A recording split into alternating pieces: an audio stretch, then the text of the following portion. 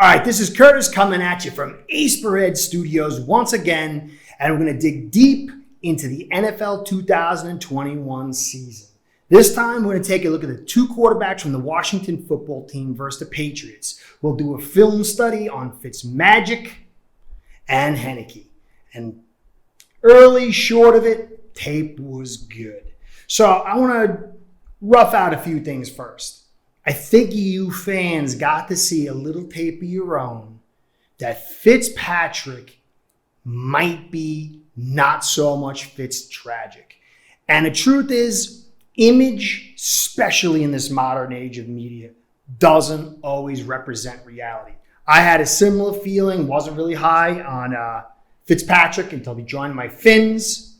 Once he joined my Fins, I quickly grew to love him and got to see how an imperfect and flawed team around him could turn into something good. And then as I went back to his previous teams, I got to see that for the most part, this is what he had to work with. And I think this is the first team that he truly has. That's a quality team that's not damaged, that he's not going to have to carry. And I think great things going to happen. And then there's Heinicke. Did a video on him, and a couple weeks ago from last year, accidentally stumbled onto him and was really impressed. And when you create a trend, when you're looking for a trend, you need 3 points. And it doesn't mean that at 3 points it's confirmed, but you get reliability. 2 points, it could be reliable, but it's not, as that third point is the beginning of reliability. And so this is his third game. And I think you're seeing from the Panthers game, then against the Bucks, and now this preseason game, you're seeing consistent themes, and most of them are good. So the only problem I see right now for your passing game is the running backs, because there was some real poor run blocking. We'll go over that in the film too. I need to dig into you guys. Maybe it was just an off game or something. But running backs, pass blocking is such a critical asset. Most people, gotta get this thing down. Most people overlook it, and it's like a side skill set. But that's not the case. There was 2 passes that could have been huge passes that were destroyed with Heinicke under center because of poor running back pass blocking. So it'll be interesting how that develops. But anyway, let's dig into the film and see what we see. And you see it, look, he does the play fake, and he stands strong in the pocket, no fear. And look at, just watch that. That's a nice completion on the face of it. When you roll back the tape just a little bit, look at right here where he releases it. Look, it's almost 5 yards away from where the receiver catches the ball. That's anticipation and trust in your receiver. Another one, nice quick release. This would have been a good play, but Judon, I can't believe this man is 260 pounds. For him to drop back like that, to turn on a dime and to make it there, that is so impressive. So almost disaster, but that was a fantastic play by the defense. So Fitzpatrick again just really stares down the rush and gets the ball off, and just it's more trust here. And I think he should have thrown that outside rather than inside. It was a little bit of a poor pass. Receiver definitely helped them out. So that wasn't a great pass at all. Anyways, he comes back. Look at this. Again, look right here where this ball's thrown. Look where the receiver is. For him to understand where the receiver is going to be and to trust him to put it up like this is undefendable pass. Beautiful. And the fact that he's got this kind of chemistry this early just shows why the guy is so great. He just really gets a bad rep. I think that's just, you're going to see that stuff all year with Fitzpatrick. And watch this. Look at that. Let me take this back a little bit. It's very easy to be pleased with this pass. But he's staring to the right side of the field, scanning it. And at the last second, he realizes the receiver doing the in is his guy. And on a dime, he rolls. And look at that off-balance throw. Perfect. That was a second or third amazing pass by him so far. This is nice, just a quick dump off. Now, he reads very, very fast. And the tight end who's going over the middle probably would have been a better throw, but he's just trying to take something on a 2nd and 6. He's just trying to get into 3rd and short. So I would have liked to see him go to the tight end here, but I can also see it because there's so much bodies around. This is just a cleaner throw. And it's a decent, little behind, now you're in a 3rd and 2. So Fitzpatrick, here we go. Watch this. He knows where he's going. He knows what's going on, and he puts it right there. This would have been a catch if the receiver didn't fall down, and you'd have been moving the ball. Fitzpatrick kept on going, man. All right, so we're going to go on to Heinicke. So, Heinicke comes out. Very nice, early. Just gets the ball out quick. Doesn't wait. Some quarterbacks should just sit there and they're going to try to make the play themselves. But the smart QBs like Brady, all those kind of guys, they're just going to get the ball off and let the players make the move. And this is a great stutter step. You got skilled players for a reason. Just give it to them. Sometimes I don't understand why it's so difficult. And this is, again, is almost like the Fitzpatrick. Instead of just a quick flick and throw, it's the movement on top of that.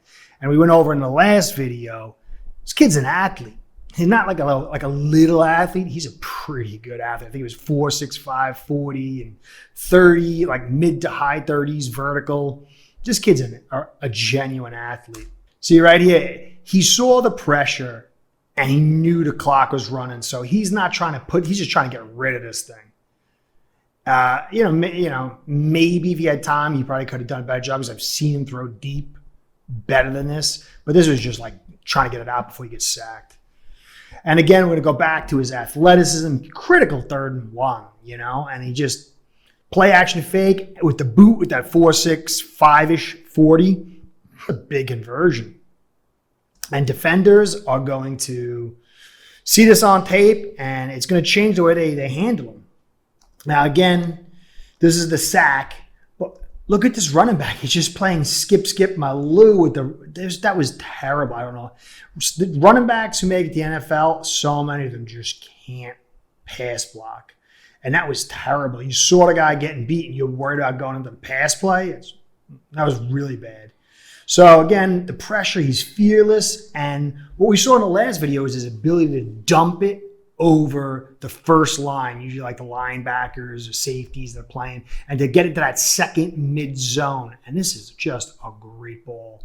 2nd and 17. Again, the play action, and he's able to just buy a little bit extra time with his feet, and that's right there. That's as good as a run, man. It's 4 yards. And that's the kind of stuff, if you can just be consistent with that and not be greedy, it's going to serve you big. It's going to add so much to your consistency. Again, look at this. Little boot out. And another thing about him is he's able to boot out and set so rapidly and get that ball out. And this, because he could do that, that's why this ball was a completion. And here's the footage to confirm it was a clear completion. This was a very nice pass and catch and turn up field. I love the use of play action with them, but on this one, he's just this is the Fitz right here. This is the Fitzpatrick in him. Instead of just throwing it out of bounds, he's going up. And this is, it's 2nd and 5. Yeah, if they get an interception, you flip the ball, you lose 1 down, but really live to fight another day and be smarter with the ball. I think, prayerfully that Fitzpatrick can get the Fitzpatrick out of Heinicke. So nice another drop back. Look at this. He's able to throw off platform. It would have been caught. This would have been a completion if it wasn't, again, for poor pass blocking. I got to watch your running backs to see how to handle the pass blocking. But watch this running back, man. What is that? It's like he's giving him a hug, like he's coming over for Thanksgiving dinner. He's not blocking a guy. I just don't get how running backs can't pass block. So many struggle. So, I got to believe that would have been a completion. So, come back. Another nice pass play. Look at this. right over. Again, you see that? Right over that first wave of defenders. And dumps it right into that zone. And, given a situation, you expect the ball to be a little high. But when we looked into his last tape, he had a tendency to throw high as well. So I don't know if it's his tendency to get the ball a little high on that one, because that makes it a little risky, but still nice pass play. Big pass play. 1st and 10. Beautiful. Picked up 15. Then drops back. I love the nice little bounce. He makes quick estimations of the situation. If he waits just a little bit longer, this is going to be a marginal play at best, because he's so decisive, gets the ball out so quick. The tight end gets up the field. Dude, that's a nice pickup, man, on a 1st and 10, 6. I mean, I really think this kid's got something, man. Look at that. That's beautiful. Look at that. Gets the ball out. Delivers it hot, fast. Perfect location. Big play. Nice play. There's another one where he's fading back, throws off platform, but he's trying to get the ball to the receiver. And right there, he has to throw it a little behind him, because you have the D lineman dropping right there. Hits the guy in the hands, and it's dropped. So the receivers could help him out. That was a nice pass play. Good location. It basically was either receivers getting it or it's incompletion. And that's good stuff. All right, on this one, this is the exasperate. This one frustrates me because it happens so much. NFL is supposedly the biggest sport out there, and they absolutely have the worst refs. I don't know if it's incompetency or what. Look at this. He's got the cornerbacks already handcuffing his left hand. The zebra is right there. How is this not pass interference? It's mind-blowing how poor these refs are. It just really is exasperating. That was a perfect pass. If there wasn't handcuffs and pass interference and a blind ref, that's a touchdown. Again, this is a big play. I don't know how many pass plays he's had already, and 3, 4 that have been very special. Look at this. Boots out that quick plant and throw, and look at that. Perfect ball location. Either the receiver's getting it or nobody's getting it. And that was a nice catch, but what location? Look at that, with the hand in the face, the quick on the dime stop. I mean, this kid, I saw on Bleach Report, they were talking about great trading partners, Heinicke from Washington. That's insane. That is not going to happen. This kid is being groomed to get his chance to start next year, man. I got to believe that. So anyway, that's the tape as a whole. Very good-looking tape, and good starter and good backup. All right, so clearly you're seeing a couple things. Early on, your receivers said that Fitzpatrick's ability to develop chemistry, to throw them open, was something different. And you got to see that quite clearly on a high level. And this is why the guy is great. My only concern, like I said, for your team with Fitzpatrick is his arm getting tired. Now, that's it.